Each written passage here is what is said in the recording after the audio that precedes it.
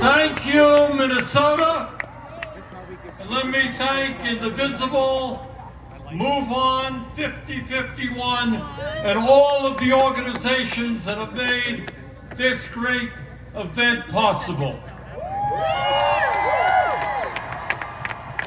And thanks to the millions of Americans from our smallest towns to our largest cities in every state in our country who are gathering today at thousands of rallies.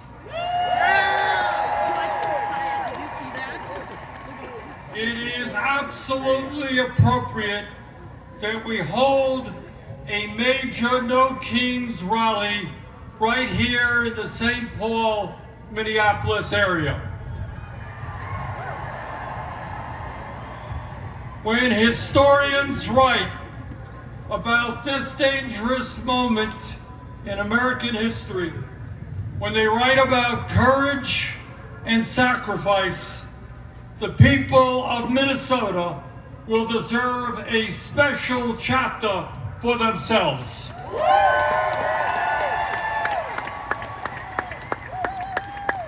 In the face of unprecedented occupation of this city by ICE, Trump's domestic army, this community stood up and with extraordinary solidarity fought back and won. Minnesota showed the American people, and in fact the world, what democracy is about, what grassroots activism is about, and what standing up for the American ideals of freedom and justice is about.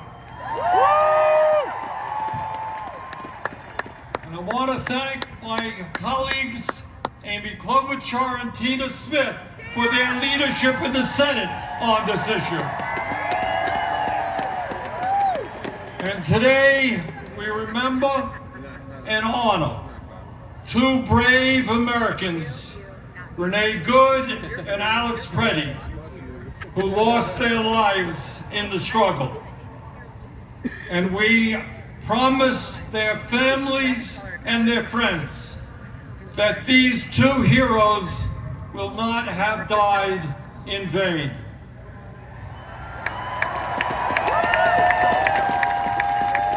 Their sacrifice has inspired and will continue to inspire the American people in the never-ending struggle for justice.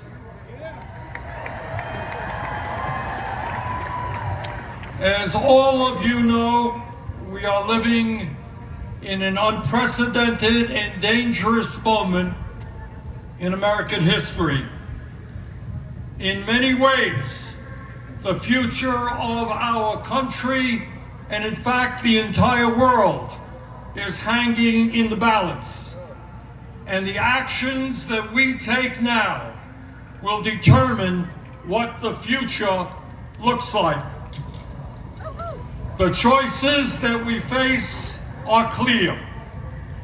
In the wealthiest country in the history of the world, at a time of massive breakthroughs in technology, we now have the opportunity to create a nation in which all people can enjoy a dignified standard of living, where we wipe out bigotry and hatred,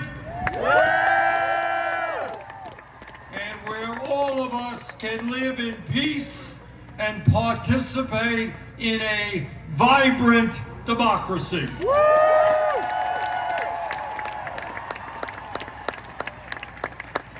Where the foundation of our nation is built on love, compassion, human solidarity, and an understanding.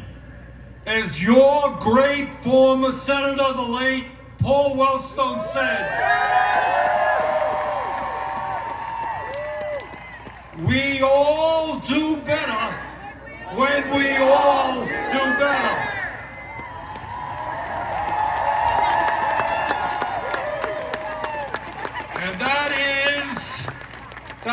one vision for the future, a vision that, in my view, the vast majority of the American people share. But there is another vision out there as well, a darker vision. It is a vision which says that we must give up on democracy, that we are too stupid and inept to govern ourselves, and that we must put more and more power into the hands of one man. It is a vision that says we should accept an economy in which a handful of oligarchs have unbelievable wealth, while the vast majority of our people struggle to put food on the table.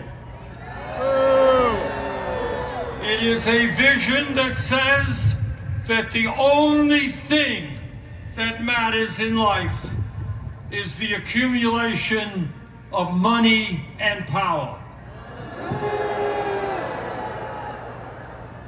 And that it is okay if we lie, cheat, and steal to achieve those goals.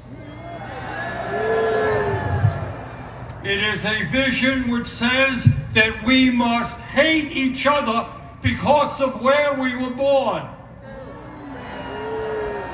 Hate each other because of a different language that someone speaks. Hate each other because of the differences in the color of our skin, or our religion, or our sexual orientation. It is a vision that foments hatred and hatred and hatred, division, division, and division. It is an Orwellian vision which says that we must live in a constant state of fear, that we must always have an enemy, and that we must always be at war. It is a vision which says that we have unlimited amounts of money for bombs and guns and killing, but never enough money to feed our children, provide affordable housing, or enable our parents to retire with dignity. Today, here in Minnesota, in Vermont, and in every state in the country, we say loudly and proudly that as Americans, we will never forsake our heritage. We will never accept authoritarianism. We will never accept oligarchy. And we will never accept a president who is a pathological liar,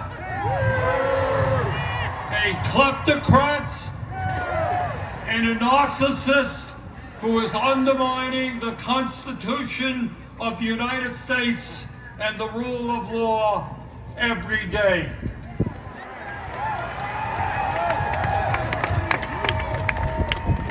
We will never accept government policy that gives massive tax breaks to billionaires, throws 15 million Americans off the health care they have, breaks unions, denies women the right to control their own bodies, and is pushing the planet closer and closer to a climate crisis. In the last year, I must confess, I've been thinking a lot about American history, about the men and women in 1776 who, with unbelievable courage, announced to the world that they would no longer be ruled by the King of England, who had absolute power over their lives. These patriots demanded freedom, and they fought a bloody revolutionary war against the most powerful military in the world to achieve that freedom. And they won.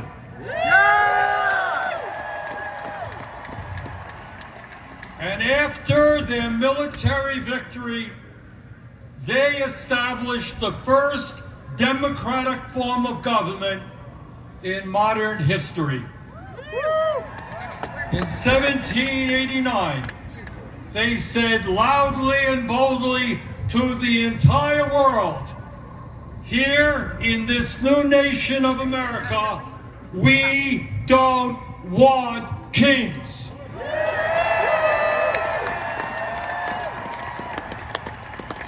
And let us never forget the extraordinary and powerful words they left to us. Quote, "We hold these truths to be self-evident, that all men are created equal and they are endowed by their Creator with certain unalienable rights, that among these are life, liberty, and the pursuit of happiness."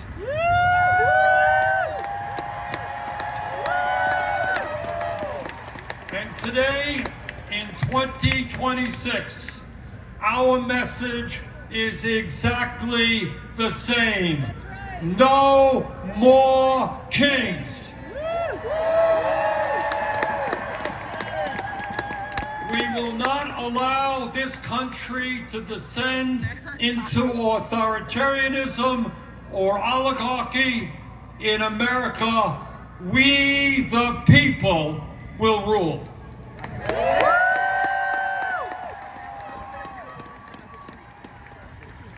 But let us be clear. This moment is not just about one man's greed, one man's corruption, or one man's contempt for our Constitution. This is about a handful of the wealthiest people on earth who, in their insatiable greed, have taken over our economy, have taken over our political system, have taken over our media in order to enrich themselves at the expense of the working families of our country. Brothers and sisters, never before in American history have so few had so much wealth and so much power. Never before in American history has there been such extreme levels of income and wealth inequality, with the top 1% now owning, if you can believe it, more wealth than the bottom 93%.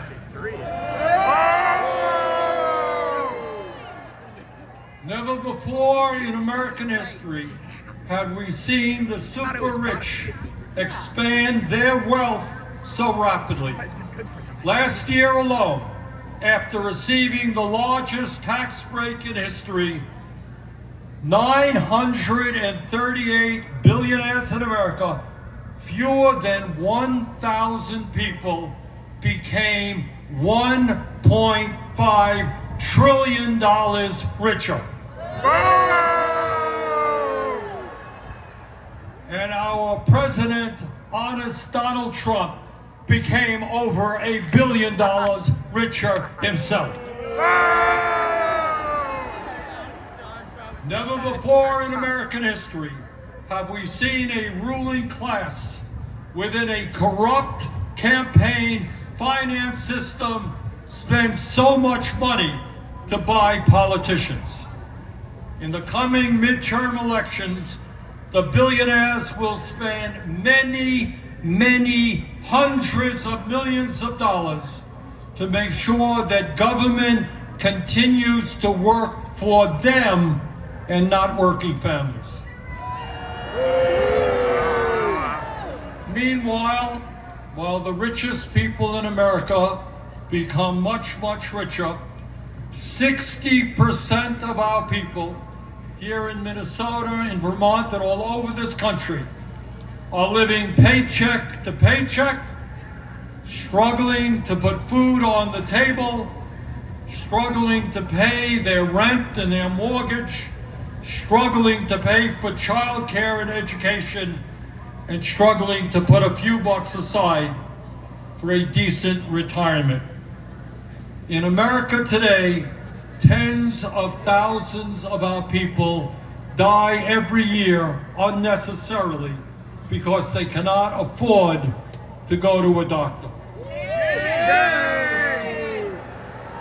And unless we change how our economy works, our younger generation, our kids, for the first time in modern history, will have a lower standard of living than their parents.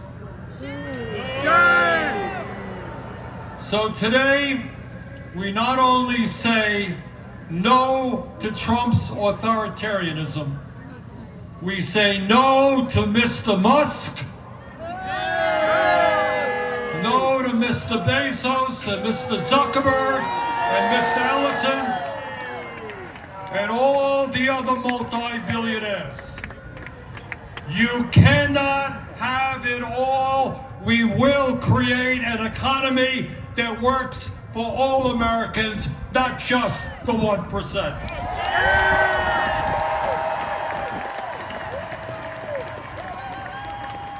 Brothers and sisters, it is not just the authoritarianism of the Trump administration that we must combat.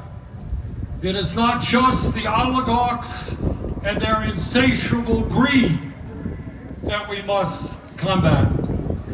Now, as the news literally of today reminds us, we have got to stop the out-of-control militarism of the Trump administration, whether it is here at home in cities like Minneapolis and St. Paul or abroad.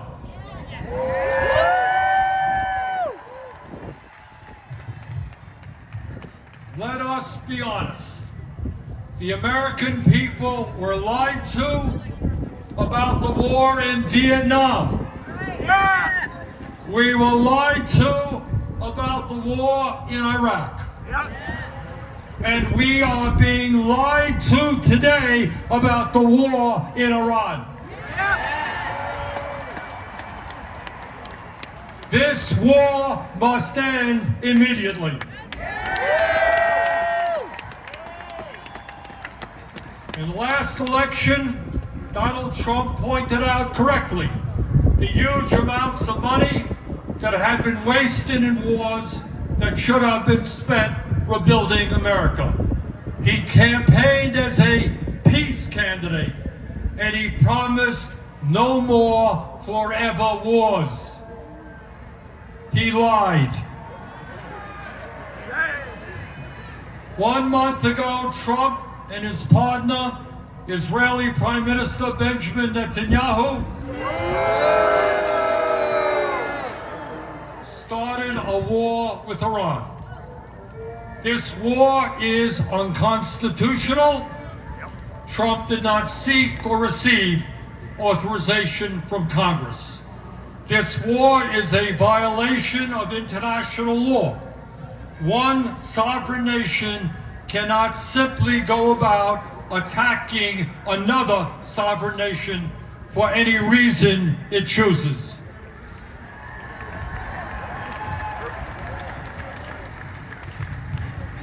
Since this war began, 13 American soldiers have been killed and hundreds have been wounded, including another 12 yesterday. In Iran, nearly 2,000 civilians have been killed and many more wounded, and 498 schools have been bombed by American and Israeli missiles. In Lebanon, more than 1,000 people are dead and more than 1 million Lebanese people 15% of their population have been displaced from their homes. In Israel, 20 people have been killed and over 5,000 wounded. In the West Bank, Israeli vigilantes are burning down homes and killing Palestinians. At a time when gas prices are soaring, when many Americans cannot afford the basic necessities of life, it is estimated that this war has already cost $1 trillion.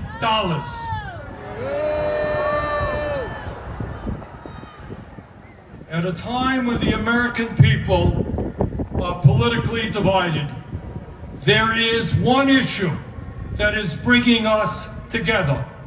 Conservatives, moderates, and progressives are speaking out in unison: end this war.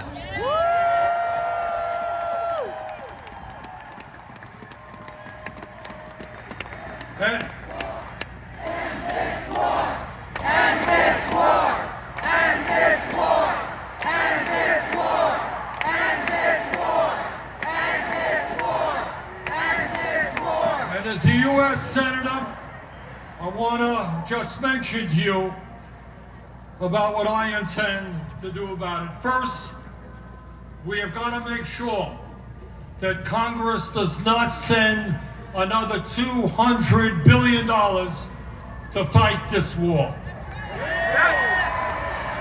Trump's supplemental appropriation for the war in Iran must be defeated. Secondly, I will be forcing a vote in the Senate on legislation to block the sale of nearly $1 billion in weapons to the Israeli military for bombs and bulldozers.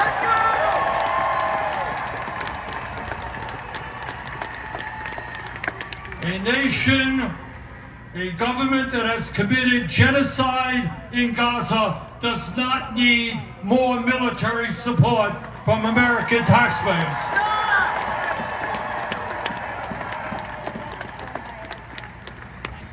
My fellow Americans, we are all proud to live in a country which throughout our history has inspired people throughout the world to struggle for freedom, for democracy, and justice. And we understand that when we stand together and not let demagogues divide us up, we can continue to inspire the world to believe in a brighter future.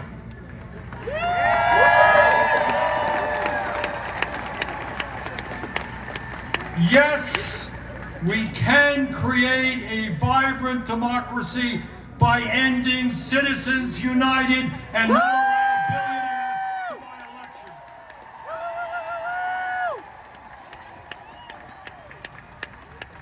Yes, we can create an economy that works for every man, woman, and child in our country, and not just a handful of billionaires. Yes, we can make certain that the revolutionary technologies of artificial intelligence and robotics are used to improve life for all of us and not just make the rich owners of that technology even richer.